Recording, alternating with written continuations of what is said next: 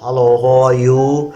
Again, I am here for you to entertain you with episode number 8, The Things We Don't Say. Hearts Between Line is the love and emotion story of Gappu and Tinku. Here is season 2, episode number 8. The October sky hung heavy with clouds, the kind that made the whole world look like it had been painted in soft shades of grey. Tinku sat in the library, staring at her notebook. The page was blank, but her mind was not. It was loud in there.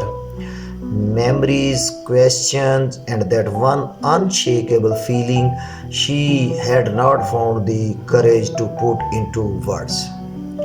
Across the room, Gappu sat at a table by the window, his head tilted slightly as he scribbled in his own notebook. The dim light caught in his hair, and she caught herself watching the way his pen moved, steady, deliberate. He looked so lost in thought, like the rest of the world did not exist. And maybe in his word she didn't either. The bell rang softly in the hallway. Students trickled in and out of the library, but Gappu did not move. Tinku pretended to flip through her book, even though she had been on the same page for 10 minutes. 2 weeks ago they would had a fight. Not a screaming, dramatic one, just quiet, with sharp edges. It started with something small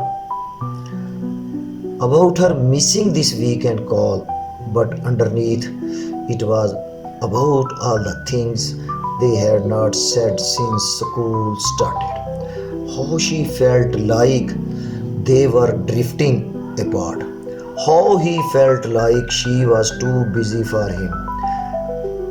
They had spoken since then, but something invisible hung between them, like the space between sentences you don't finish.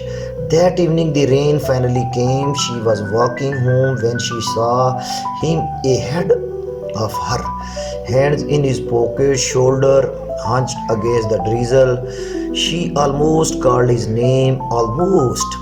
Instead, she walked faster, her boots splashing in puddles, until she was beside him. Hey, she said, breathless. He glanced at her, and there it was again, that small, unreadable look. Hey. They walked in silence for a few moments. The sound of rain filled the gaps between their footsteps.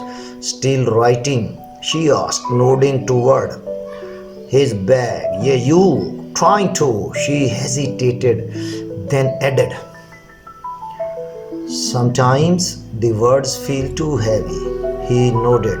Sometimes they feel too loud. The street lamps flickered on as they turned the corner.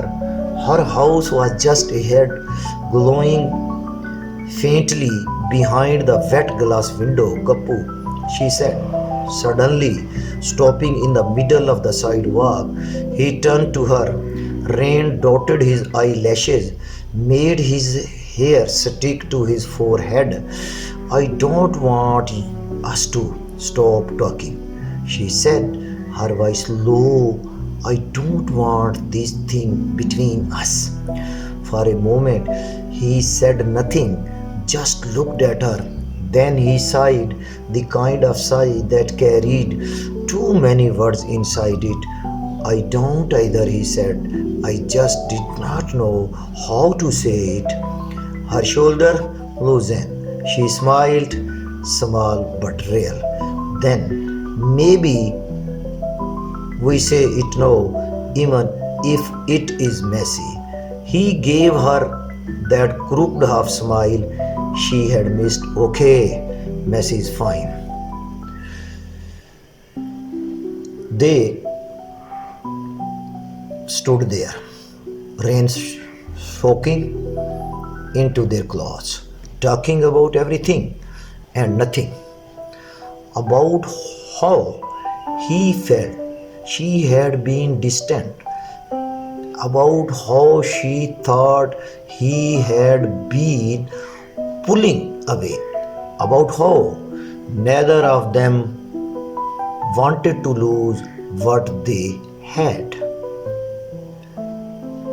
When she finally stepped onto her porch, her fingers was freezing, but her chest felt warm in a way it had not for weeks, and she watched him walk away through the rain. She realized something. Sometimes